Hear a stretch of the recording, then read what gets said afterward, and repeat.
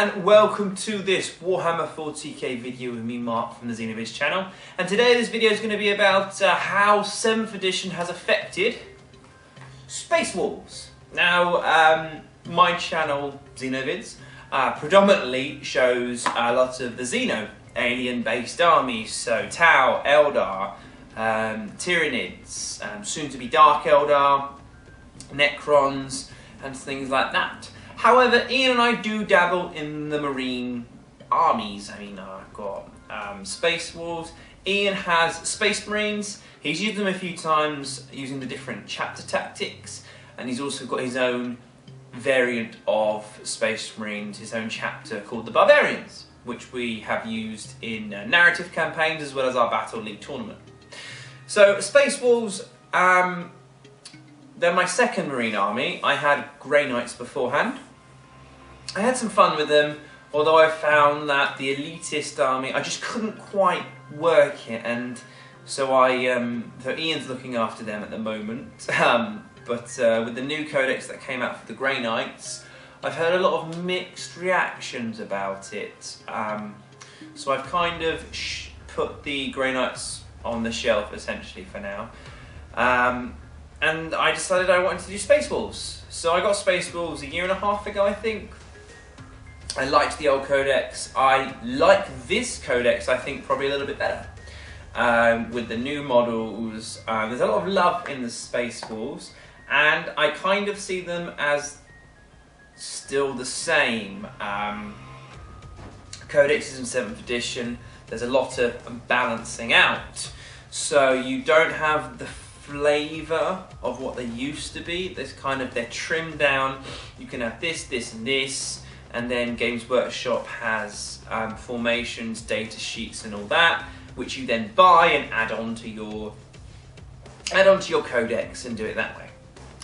So, the Space Wolves. How has 7th edition affected my lovely army? Okay, so in the codex itself, a little bit of fluff, which is good, but mainly a lot of it, like the 7th edition codex is out there, it's all about showing you the model. They've lost the artwork, which I did love, and a lot of players did love, and I don't quite like the shift in how it now looks, where you've got the model and then the stats there rather than being at the back of the book. Just before your reference sheet. But I guess for new people, you can actually have a look through, be like, I want that model. Okay, here's its stats, and have it like that. So for new players, it's kind of a little bit better. So 7th edition came along, and it's brought along a new phase that has only been seen before in either 3rd or 4th edition, which is the Psychic phase. So let's have a look at the Space Wolves Psychic powers. The Space Wolves Psychic powers, Tempestus Discipline. Primaris Power, Warp Charge 1, Living Lightning. It's a Witchfire, 18-inch strength, 7 AP dash, Assault-free Shock, and Shock essentially is what the Tesla rules are for the Necrons at the moment, where if you roll a 6 to hit, you get 2 additional hits. It says here, unless those to hit rolls for snapshots. So a good strength 7 Primaris power. So light vehicles are already having a problem with that. Monstrous creatures are toughness 6, so there's no AP. There's AP dash, but you've got a few chances to maybe wound something like that. The first psychic power it's after the Primaris is Stormcaller, Warp Charge 1. It's a blessing that targets the Psyker and his unit whilst the power is in effect. The target unit has the Shrouded special roll. It's alright. Number 2, Tempest Wrath, Warp Charge 1. It's a malediction that targets a single unit within 18 inches. Whilst the power is in effect, models in the target unit suffer a -1 to their ballistic skill, to a minimum of 1, and treat all terrain, even open ground, as difficult terrain. In addition, unless they are immobilized, all models in the target unit that have the jump, jetpack, jet bike, flying monstrous creature, skimmer, or flyer unit type, they must immediately take a dangerous test. Let's repeat that. All models of the target unit that have the jump, jetpack, jet bike, flying monstrous creature, flyer or skimmer unit type must immediately take a dangerous terrain test. Take a dangerous test, but I'm guessing it's dangerous terrain test. Wow. Jump, jetpack, that's Tau Crisis suits. Jet bike, Eldar and Dark Eldar. Flying monstrous creatures, Demon and Tyranids. Flyer or skimmers, most armies out there, they must take a dangerous terrain test. That's pretty good. So far, so good with the disciplines. 3, Thunderclap. Warp Charge 1, range 12, strength 3, assault 2d6. That's alright. It's a Nova. A Nova has a range of 12 inches. So a Nova, you put it around your model. So that's a huge bubble. So that would be brilliant, say, if your librarian was in combat with a load of orcs, or a load of gaunts, or Tau Fire Warriors, or Imperial Guard. And so that is also good. Murderous Hurricane, Warp Charge 2, Witchfire, 18-inch, strength 4, Assault 1, large blast, rending. Standard troop killing thing. Fury of the Wolf Spirits is number 2. It's a Witchfire. Each time this power is manifested, the Psyker shoots using both of the profiles given below, one at a time, in any order. Both attacks must target the same unit. Fury of Frecky? Range 18, strength 6, AP dash, assault 4. And Fury of Jerry, 18-inch, strength 5, AP 2, assault 2, precision shot. Both brilliant. Number 6 is Jaws of the Wolf, Warp Charge 2, Witchfire. It's a focused Witchfire that targets a single non-vehicle unit within 18 inches. A model hit by the Jaws of the Wolf must take an initiative test. Monstrous creatures automatically pass. So Jaws of the Wolf, that changed from the last edition. A lot of Space Wolves players were like, oh! Why has that changed? It's our best thing to kill monstrous creatures. So they've taken it out to be a bit more balanced and not so broken. However, the first 5, including the Primaris, are brilliant psychic powers. And in that regard, I think that Space Wolves Librarians are going to have a lot of fun. You can have them with a unit of Terminators, have them with whatever you want to do with them, either drop pod them in or this, that and the other.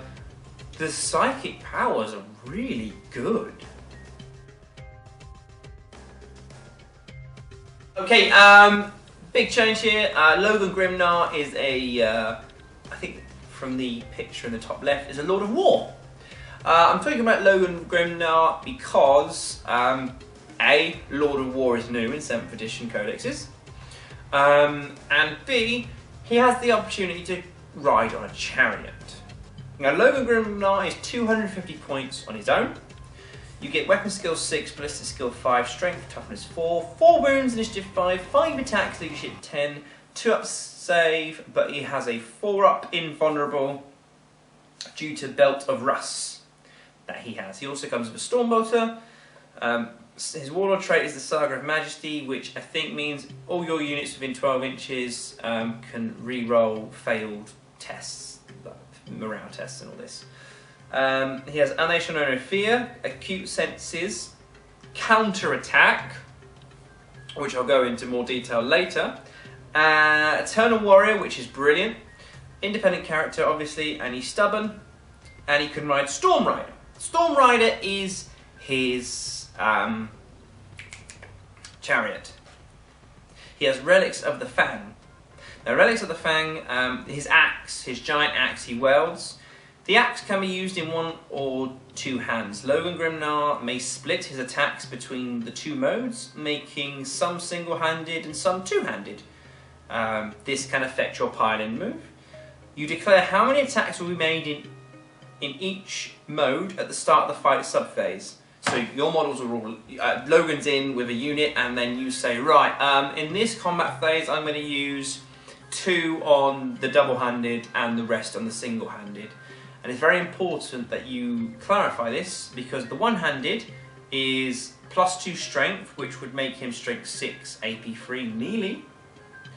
And the two-handed is ×2 strength, so that's strength 8, AP2 melee two-handed, but that is unwieldy. Now, Storm Rider itself is the chariot. Storm Rider has a 4-up save on it as well.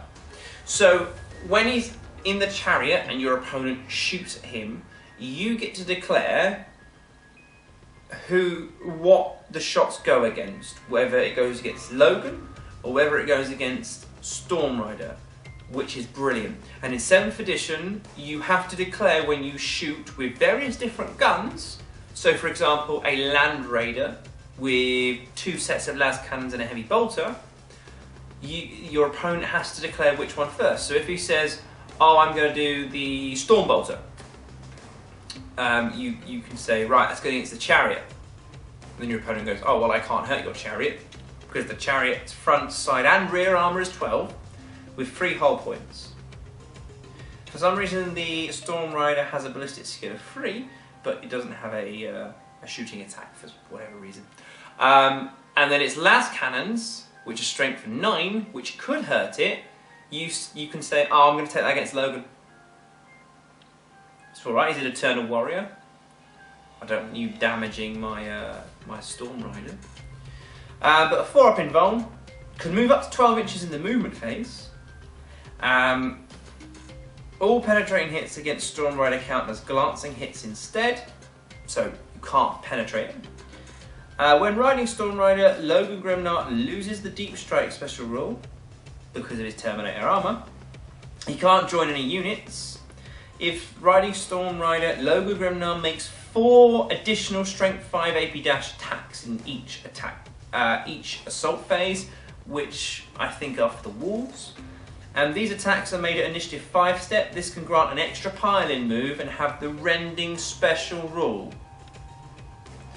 Chariots themselves in close combat give you D6 Hammer of Wrath. So that is D6 Hammer of Wrath, 4 Initiative 5 Strength 5 AP dash Rending hits from the chariot, and then 5 attacks. If you charge, it will be 6 attacks of this weapon that can be AP3 or AP2 at strength 6 or strength 8.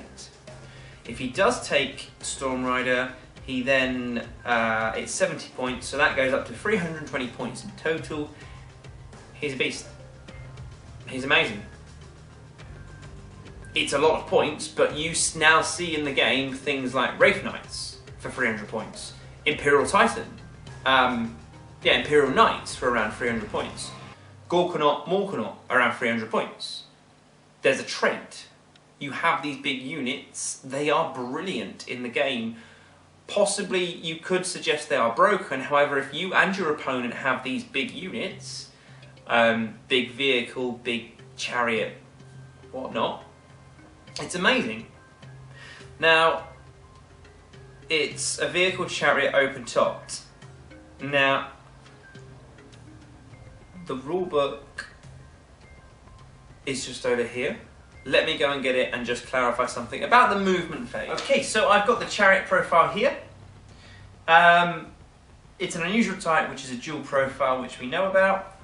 Moving the chariot. Chariots move normally for a vehicle of their type. Okay, so Storm Rider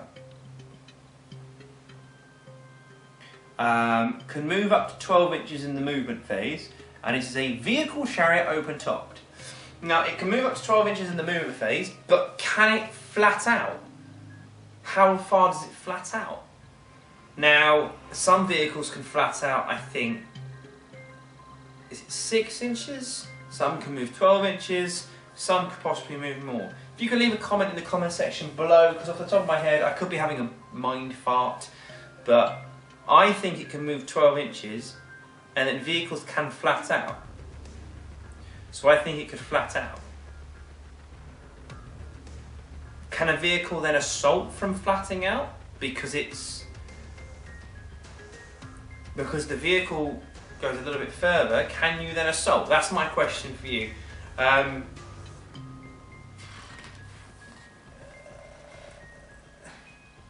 Chariots can only declare a charge in the assault phase if they did not move if they did not move flat out. I do apologise. So it can't charge from the assault going flat out. But how far can it go flat out?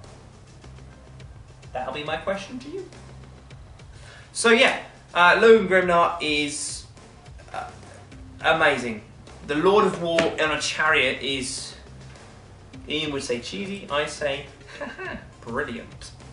And it's one of those things where if you're looking at it and you don't play Space Wolves, you think that it's underpriced. But if I'm the Space Wolves player, I'm going to say, yeah, it's priced just about right. 320 is fine. Because if you look at other units that are around that, like 300 points, like a Wraith Knight, they should be 300. But Logan Grimnar, I think, is amazing. I would go as far as say the best Lord of War out in the whole of the 40k range, and possibly the best chariot.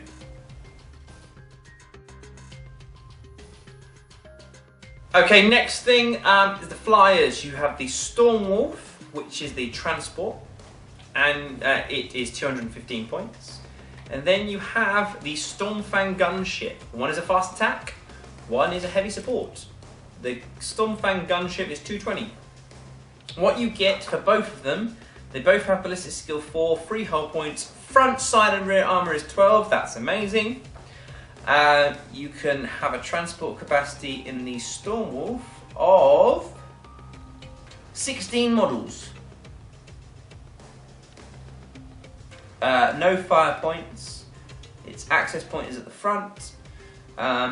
Twin-linked heavy bolters, twin-linked Lavs cannon, twin-linked Hellfrost cannon. It's an assault vehicle and has power of the machine spirit. You can mess around with its vehicle upgrades and stuff like that. You then have Hellfrost Destructor on the Stormfang gunship, 2 twin-linked heavy bolters, 2 Stormtrike missiles, and again that has 6 model capacity, and you can give it various missiles, multi-melters, las cannons, and all this slam malarkey. I think these, even though they're the price of a Land Raider, are brilliant. So a Land Raider is great. Yes, it's armored at 14. But these flyers, being armor 12, are flyers. Flyers in 7th edition are still brilliant. 12 armor all around flyers are even better, and with that much firepower and power of the machine spirit, you have all these different options and able to do things. If you have watched our Christmas Cup, you'll see the final Space Wolves versus Tyranids. My flyer came in, and I really had to think long and hard about picking and choosing what I was going to do. And I chose the heavy bolters to shoot at, I think, a warrior. And then I used power of the machine spirit to fire my las cannons at Carnifex, which killed the Carnifex, took its last wound or 2 off. You've got this maneuverability, armor 12, large firepower, just horrible for your opponent to take down. And again, Space Wolves have got the love with these flyers. We don't have Storm Talons, we don't have Storm Talon and Storm Raven, but we've got, I think, something better. And I would go with, I would probably say, I'm not trying to be biased, but I think we've probably got some of the best flyers in the game as well. Okay, a little segment on vehicles. Vehicles in 7th edition, they did get better. It's harder to kill vehicles with the fact that you now have to roll a 7+ to explode it. Space Wolves, generally here and there, points went up, points went down with different stuff like Predators and Whirlwinds.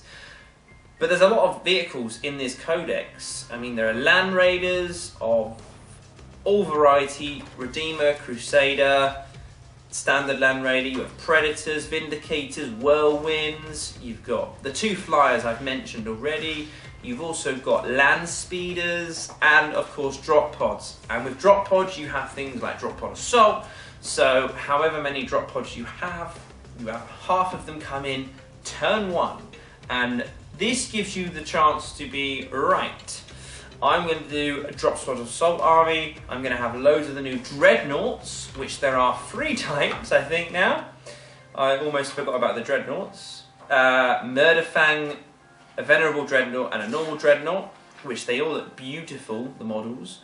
Murderfang is just this slaughterfest of close combat, strength 7, AP2, melee mastercrafted, shred, murder claws on it, just horrible. The dreadnought, venerable dreadnought, can have an invulnerable save. Yeah, so you could have drop pod assault army with dreadnoughts, drop pod assault army with little squads, giving them melter guns or whatever you want. Use the drop pod assault to assault your opponent, have the last few take the objectives while still having things like long fangs and stuff like that come in and do the damage. But no, being a Space Marine army, you have a lot of vehicles, and in here, I'm just spoiled for choice, really. And if I wanted a mechanised Space Wolves army, I can.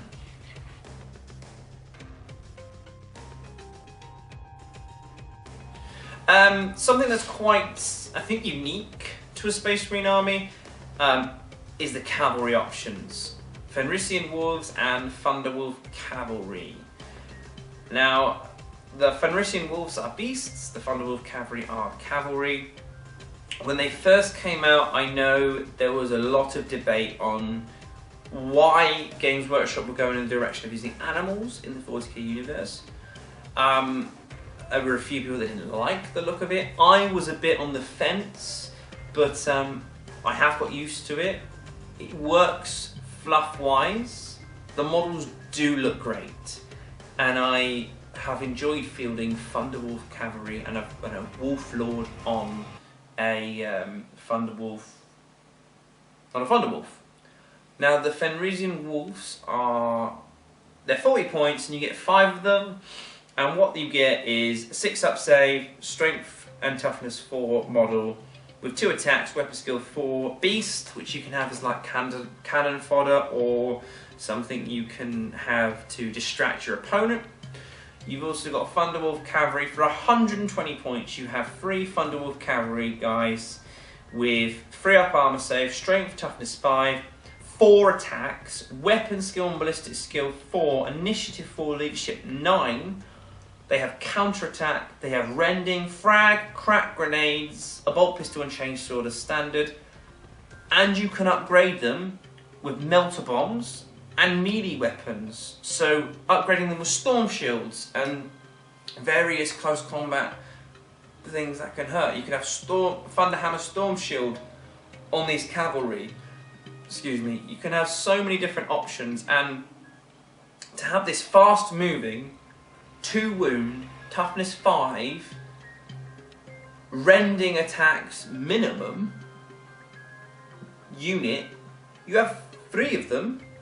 That is 12 attacks they have normally. They have counterattack, which again I'll go into more detail, but you get, now in 7th edition it's changed, you get a +1 attack if you are charged. You don't have to make a leadership test. Or if you do charge, you get +1 attack. So that is essentially 15 attacks, strength 5, rending. That's huge. And for 120 points, that's brilliant. You can have a full squad is 6 of them. So a whole squad of 6 with a Wolf Lord, that could be brilliant. If you wanted a pure Space Wolves cavalry army, you can, and it's viable. Give them melter bombs. They can take down vehicles. They can move fast. It's huge. Again, loads of different options for the Space Wolves, and I'm loving it. I can literally turn up on the day, if I had the models, and go, right, do you know what, Ian? Just going to have cavalry. See what happens. Or, do you know what? I'm going to have pure mech. Or just whatever I really want. And it's a little bad for like Ian, who has Space Marines. And it's like, they're fast attack, yeah, they've got Assault Marines, but they're not as deadly. He hasn't got anything as similar to this. Unfortunate for him, brilliant for me. Okay, I just mentioned it, but I just want to go quickly over Counterattack, because Counterattack used to be in the 6th edition. If you had Counterattack, you are charged, you do a leadership test. If you pass that leadership test, you get +1 attack. Now, you just get it automatically. I think every single Space Wolf unit, including the Fenrisian Wolves, that can attack in close combat, has Counterattack. So you're always getting a +1 if you're charged, and if you charge, you get a +1, making Space Wolves an extremely brilliant close combat army, as well as having the other benefits that Space Marines have. Power armor, great vehicles, great weapons, great stats. And if I go to the where the troop section is, so Blood Claws and Grey Hunters, they're 14 points a model for Grey Hunters, and Blood Claws, which are weapon skill and ballistic skill 3, everything else is kind of the same as a Space Marine army, is 12 points a model. So similar points, if not the same points as other Space Marine armies out there, but you get Counterattack for free. And acute senses, but no one really uses that rule. So Counterattack in your army is pretty good, isn't it? You're always getting a +1 attack. That's pretty huge.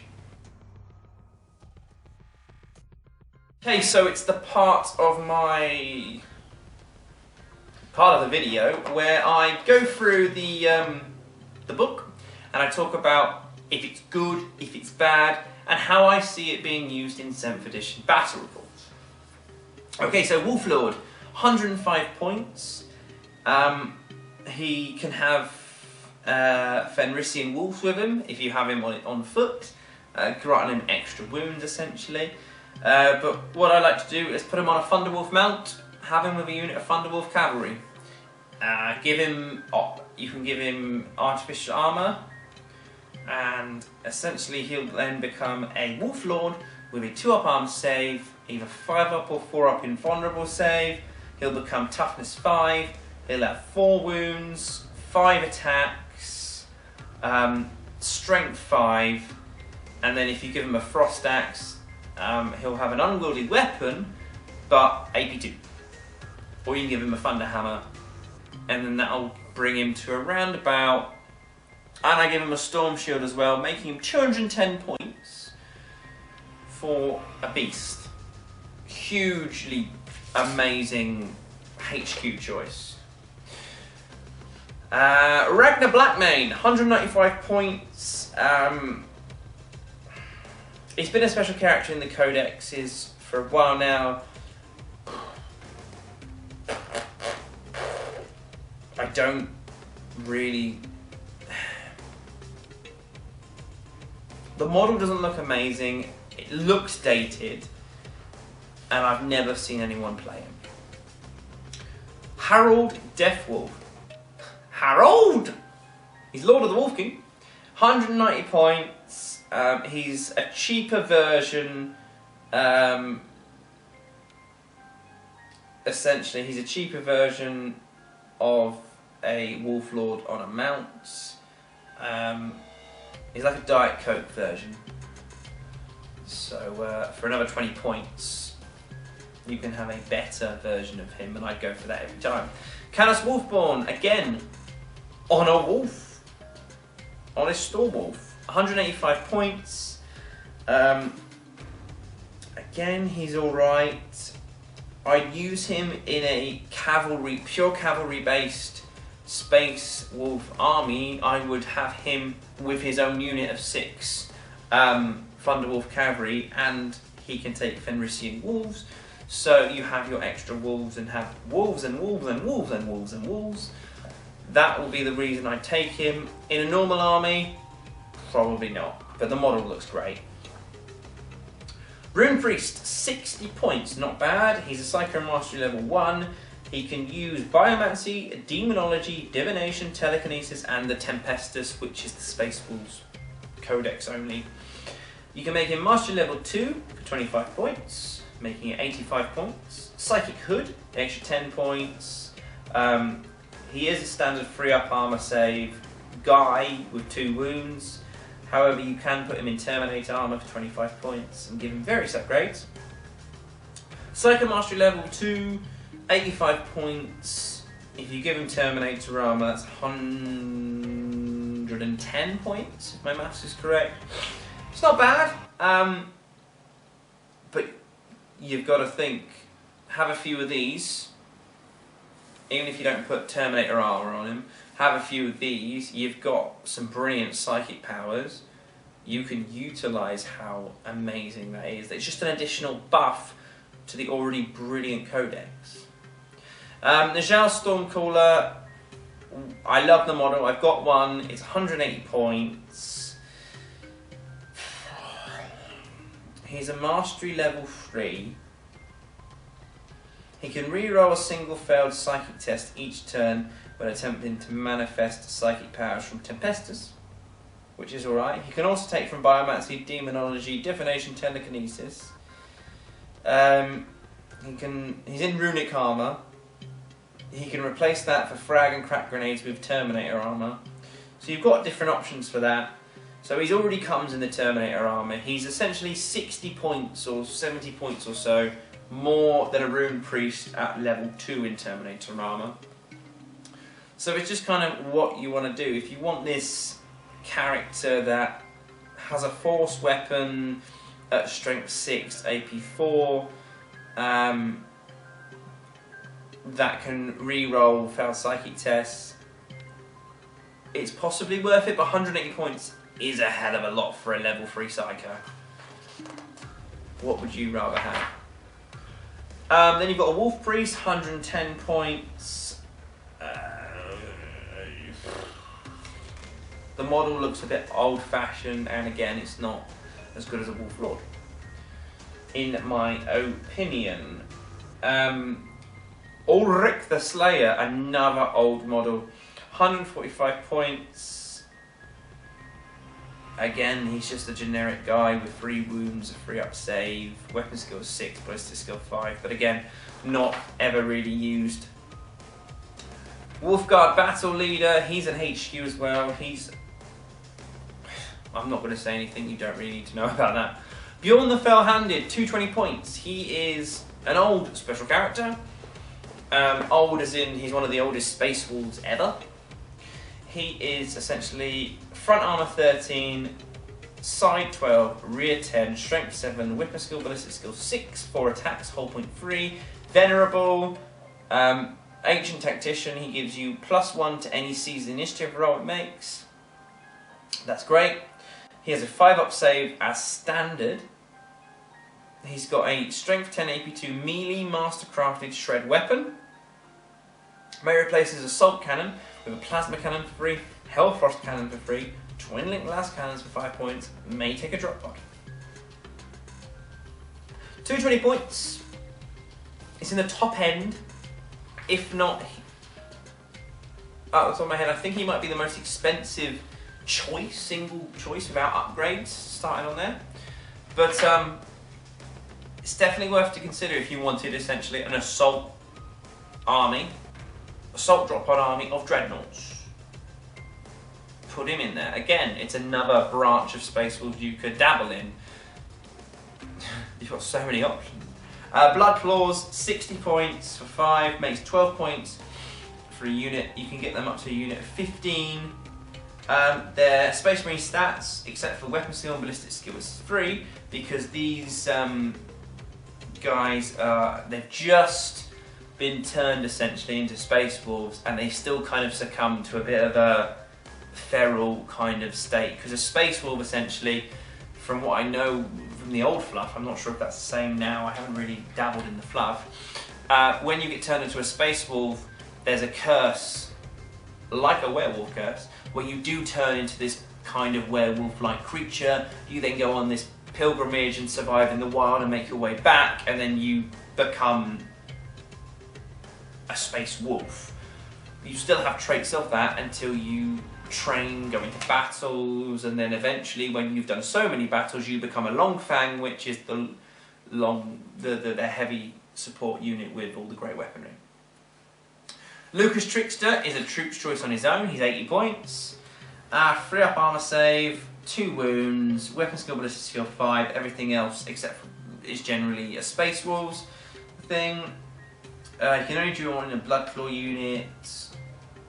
If he's in a challenge, Lucas, if he's removed as a casualty fighting in a challenge, both players roll off immediately.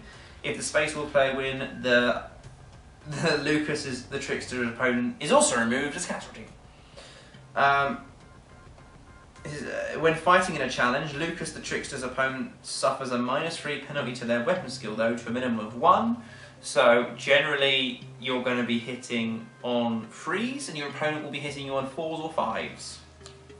He's rebellious, so the Trickster and his unit may never use a leadership value higher than 8. So that's always been the case, really. He's a little bit crazy.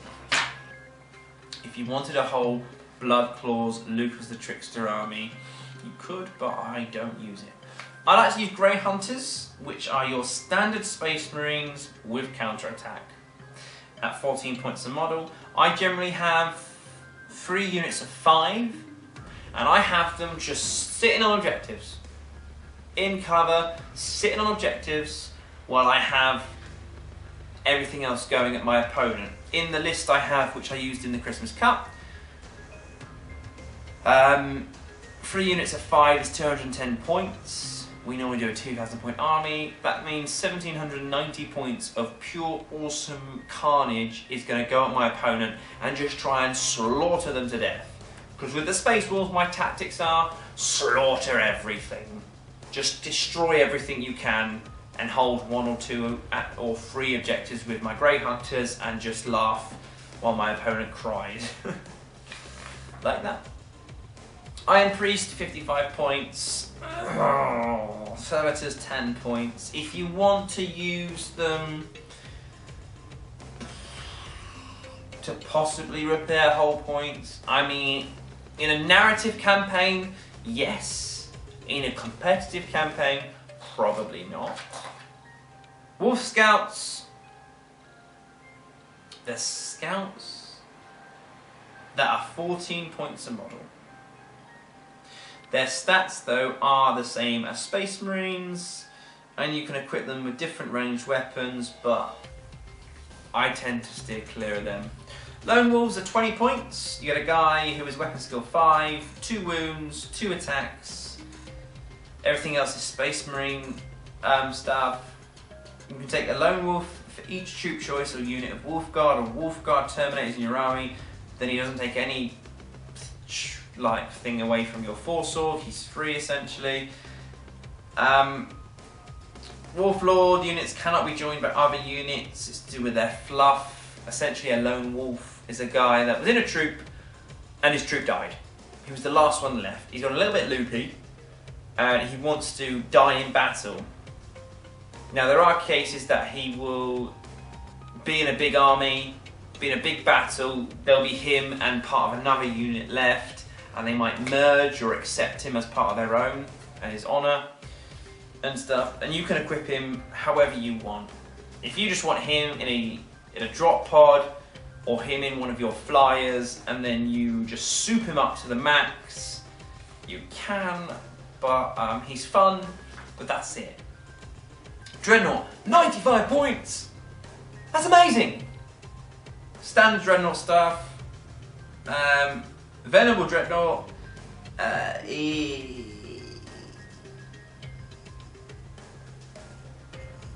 If you upgrade to a Venerable Dreadnought, that's only 25 points. That's 120 points, you get a Venerable Dreadnought. Yes, the weapon is only a multi-melter and a power fist with built-in storm bolter, but still. Keep them cheap and cheerful if you want. Put them in drop pods. Or soup them up and have them as shooty things. Again, you can put them in drop pods.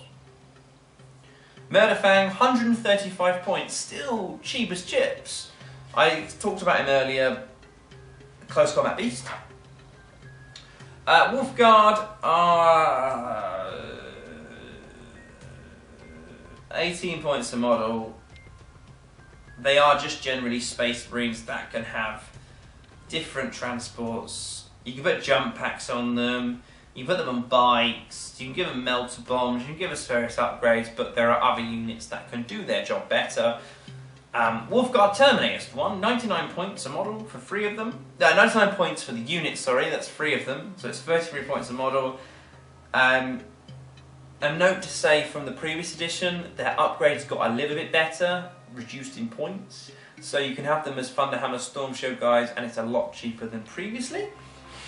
I have 5 of them with Thunderhammer Storm Shields, and that's 140 points in total, I do believe. 5 of them is 105 points, looks like, and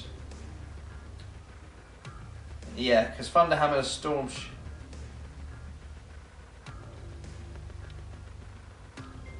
yeah, 15 points for a Thunderhammer Storm Shield, or I do believe it was 15 points just for a Thunderhammer last edition, something like that. So that's great, 140 points. I've got a unit of 5 Thunderhammer Storm Shield Terminators. It's amazing. I'll normally deep strike them in or whatever. Arjack Rockfist, 115 points. He can come on his own, or you can put it in a unit of Terminators. Weapon skill, ballistic skill, strength 5, toughness 4, 2 wounds, initiative 4, 3 attacks, leadership 9. Save is a 2-up, sorry. Foe Hammer is a 6-inch range, strength. It will become strength 10, AP 2, assault 1, concussive. So imagine Thor with no hair and a shield.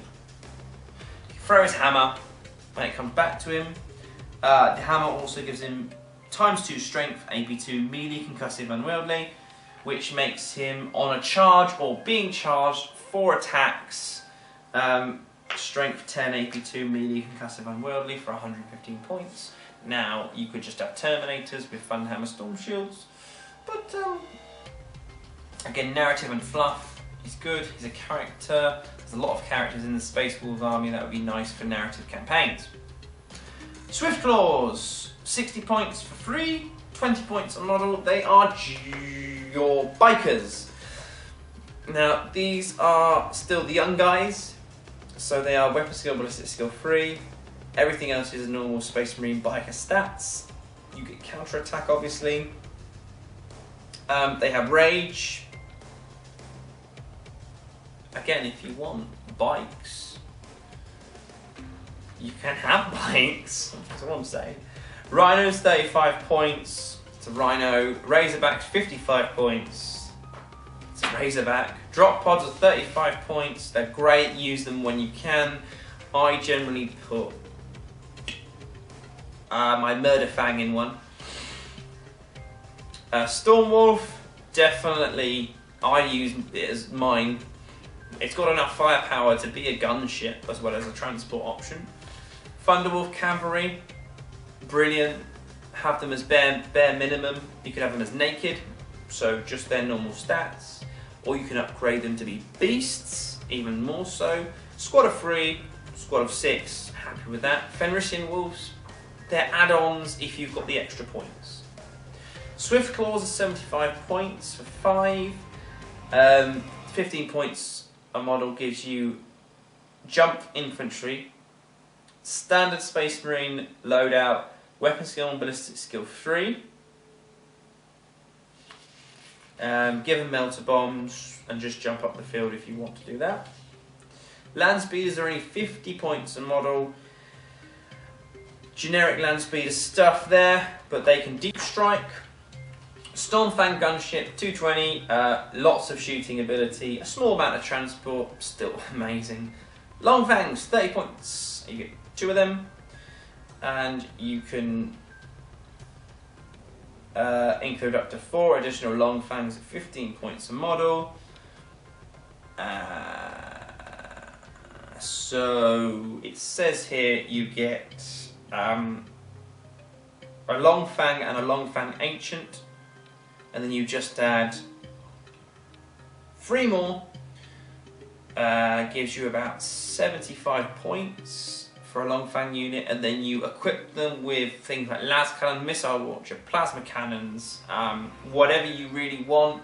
It's there for you. They're cheap, and they're just, again, they're awesome. They have split fire special rule, which in the previous edition, if you had a sergeant, you did a leadership test, and then you can kind of like, I think it was a leadership test, or you can choose, he would forsake his shooting or whatever, and you do other things. And here it just says split fire, so you can split fire whatever you want.